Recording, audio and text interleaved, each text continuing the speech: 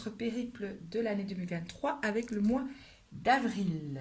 Avril 2023, j'ai toujours laissé l'énergie principale de l'année 2023, le chariot, accompagné de l'ermite. Alors, en énergie principale, j'ai le chariot. Comment bien préparer sa monture? Comment éviter les situations problématiques, les inattendus, pour contourner les problèmes? Comment bien préparer sa carte routière? En énergie principale, j'ai le chariot, carte de mouvement, indéniablement. Et en complément, j'ai le pendu.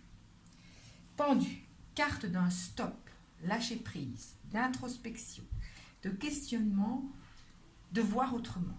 En combinaison des deux cartes, j'ai le sentiment qu'il y a un avertissement à stopper, ralentir pour éviter la chute ou une ornière ou une roue cassée ou une perte de temps, d'énergie ou éviter des problèmes. Ce n'est pas le temps d'avancer à vive allure, mais analyser la monture, c'est-à-dire ses choix. Sommes-nous au clair avec nous-mêmes et donc authentiques de l'intérieur vers l'extérieur? Avons-nous pris suffisamment d'informations?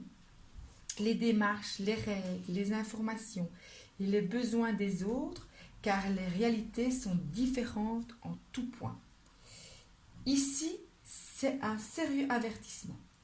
Avons-nous bien équilibré les forces antagonistes le mois passé? Est-ce que l'on tend vers ces nouvelles idées, ces nouvelles opportunités qui nous ont été montrées en février avec le passage de la justice dans notre réalité? Est-ce que notre nouveau départ de janvier est toujours bien ancré dans nos choix arrivés ici en avril?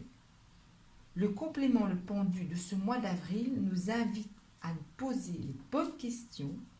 Alors, comment laisser monter les bonnes questions en nous?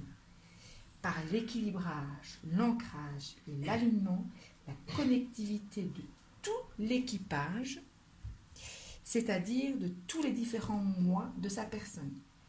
C'est un moment charnière, un passage vers une première élévation.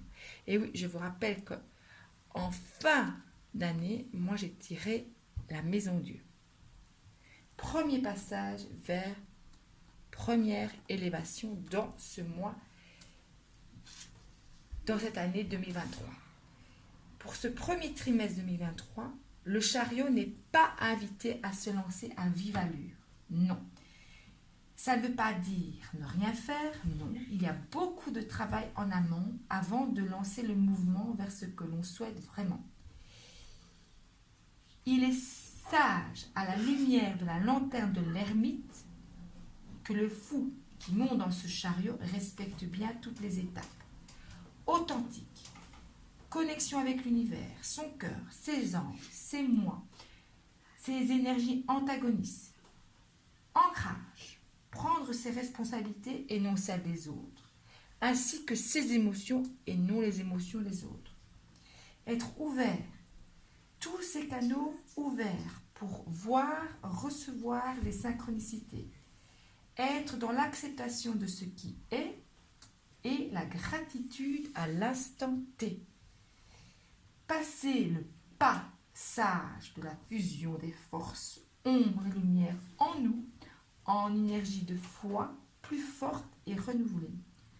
Prendre le temps nécessaire pour soi, méditation, soins et repos, bonne hygiène de vie, un corps sain dans un esprit sain pour ce premier trimestre 2023.